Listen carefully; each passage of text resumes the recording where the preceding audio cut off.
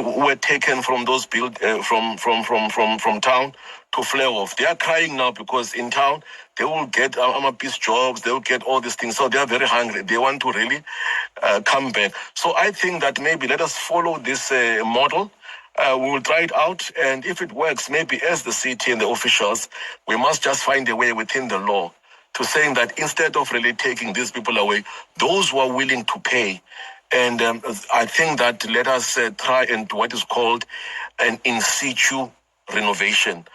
In situ renovation, it is done in the engineering world. We have to prop everything up and ensure that the thing doesn't collapse. We must have put, the proper safety, procedures and all of that. I think that is something that is worth trying instead of really waiting for some vacant land to be available or vacant building to be available to relocate the people. Just Hello guys, welcome to Amazon TV. I hope you are okay. Guys, first of all, I just want to say I'm humbled. Thank you so much for your support. I've seen comments supportayo, channel supportayo after making a video to inform you, to share with you the bad news of the channel ukuthi demonetiziwe until until 23rd of April 2026. Just imagine. But because I have you now, I have you as my family, as my friends. You were there to show the love that I was not even expecting to get from people I don't know. I never knew that I'm having you as my family now. I'm very grateful for the comments, those who wish to support the channel. Guys, what I will do is I will pin on a first comment, I will pin banking details for those who requested banking details, and then on a description I will put again there. Then you, if you wish, then you can support the channel from there. Those members and those who used to give to support with super thanks, I said it on the video I posted this morning. You will not be able to do that until April 23rd, 2026. The reason of the demo of each channel it demonetized, I still don't know, but they said it's violation. What I will ask from you guys, please bear with me, and if we are commenting, let's try by all means to be respectful, to not to swear. I know we are angry, even myself, sometimes I reply ngendlela engekho right, so I will never know ukuthi kahle kahle, because abasho, they are not specific ukuthi what is the reason. So I don't know. That is why ngithi even in my comments, try by all means ukuthi abe ngendlela right. So guys, the reason I said let me post this video is because of what I'm always saying about this guy. This guy is not supposed to be there. He is not fit for that position. Listen to him. He is talking about illegal foreigners, the ones that are hijacking flats. He is sympathizing with them here. They are hungry now.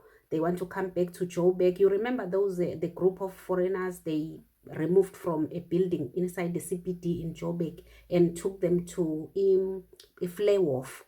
Those are RDP flats in Soweto, where there was noise. South Africans were making noise saying, how can you bring a foreigner from hijacked buildings? It was him and Tata Morero who took those foreigners, those illegal foreigners, and then placed them in flare off. This is the people he is talking about right now, sympathizing with them, saying even the others, because the flat he is talking about is in town. So now he is sympathizing that instead of removing them from these buildings, it's better to renovate while they are there. Let's just listen to him. But I said to my team, let us take our teams and just take everyone and show the country. Maybe let us interview some of the people who are staying there, even these committees, and listen to their plea or what is the issue. I was actually not quite shocked, but I was quite actually humbled by the explanation we actually got.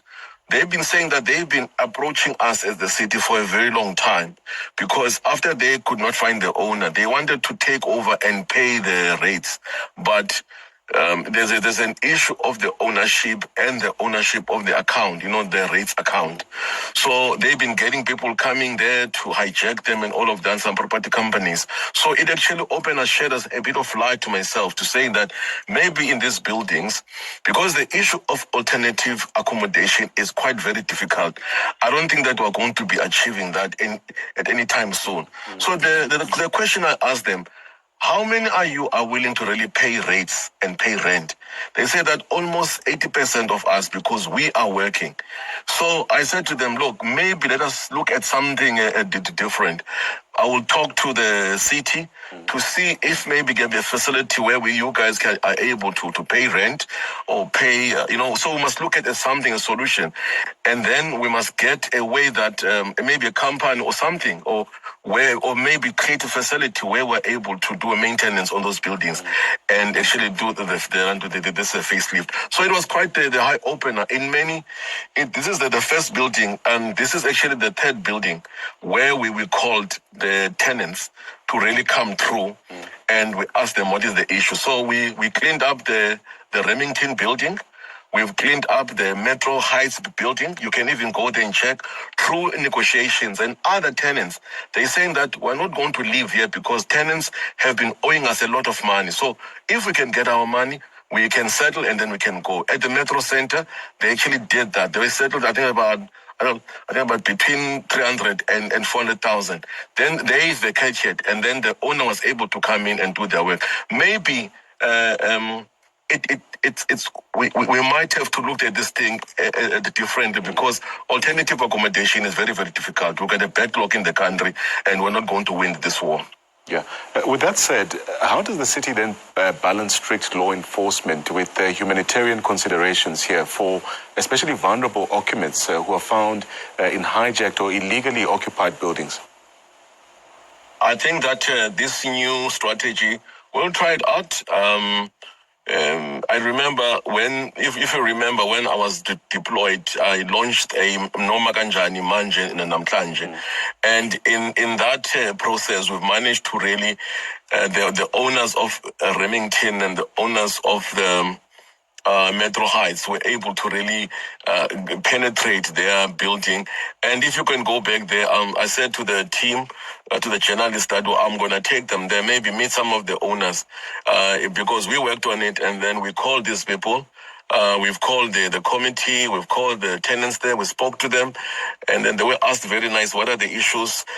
So with this one, I decided, okay, let me just do it very differently. Let me not go there with guns and all of that, with aggressiveness and shake up the area. So we met a couple of tenants. We spoke to them. We're going to send out some of the conversations we had. I think that your team from Newsroom, they did do that. It's quite very interesting what they're actually saying. They cry out that we as a city ourselves, they actually came to our offices. They came and knocked and said that, look, we are working. The problem is that we can't find the owner.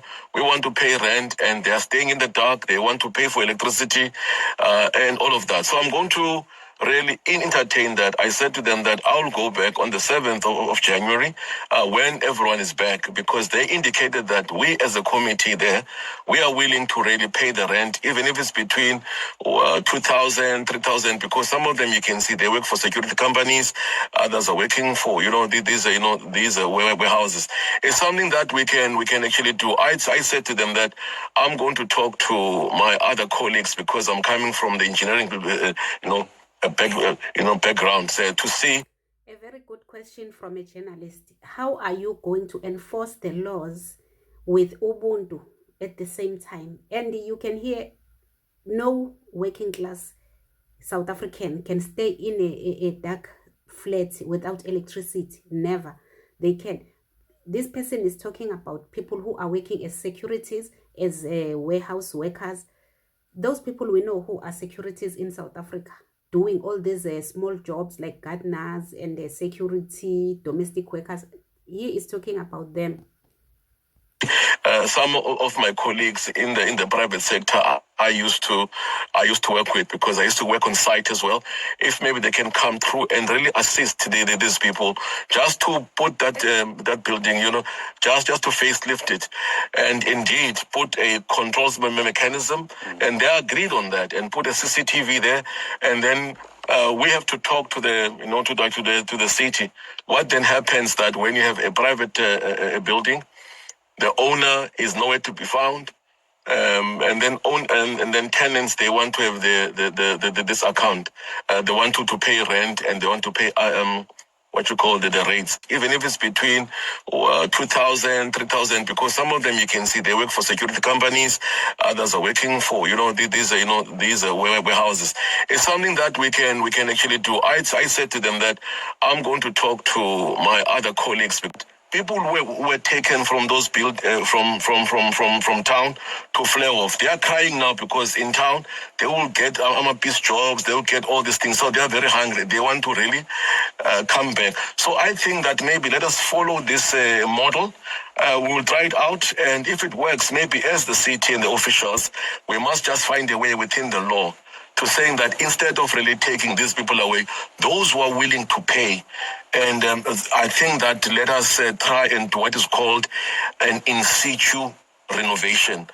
In situ renovation, it is done in the engineering world. We have to prop everything up and ensure that the thing doesn't collapse. We must have put, the proper safety, procedures and all of that. I think that is something that is worth trying, instead of really waiting for some vacant land to be available, or vacant building to be available to relocate the people. Where are you from? Zim. No. Where? Malawi.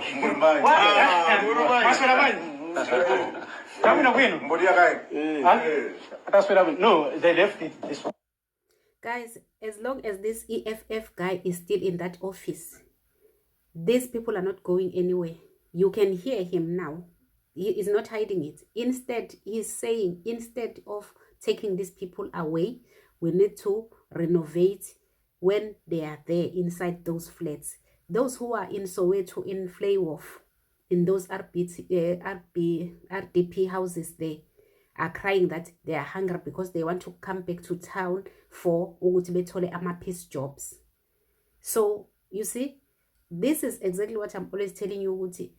This guy was not supposed to be in that office as an EFF guy. Malema, his president, said it very clear. He will never try to chase Zimbabweans to go back. Where do we want Zimbabweans to go to? To go there and being unalived. That is, the video is there everywhere, on TikTok, on YouTube, on everywhere. Malema said, I will never allow Zimbabweans, I would rather be unalived with them. I will never chase away a pregnant woman coming to look for medication in South Africa, a woman with a child coming to seek medical care in South Africa. I will never do that. Here is exactly the evidence of what we are always saying. This guy is not supposed to be there. You see, this new strategy is telling us in our faces, these people are not going anywhere. They came up with a new strategy for these people to be here and pay rent. And he is even charging. How can you charge 2,000 to 3,000 inside the city? People there, South Africans, are paying 4,000, 4.5, 5,000, even up to 8,000 in those flats. But because these are our brothers and sisters, they will pay from 2,000 and they will not pay. We know that. Why were they staying in that building when there's no electricity inside? If there are securities and all this, whatever that they are doing, they are working, getting small money, how were they able to apply for that flat? Because they are not qualified. A security can never be qualified to pay for, to be approved to rent or to lease a flat because of the small salary. At least they need to combine, whether with the other people, but it's not possible. So anyways, guys, thank you so much for watching. Don't forget to state your own views on the comment section, like, share the video, and subscribe. And guys, please be safe, enjoy your Christmas and your New Year. I love you, love you, love you. Thank you so much for your support. Love you so much, guys. Bye.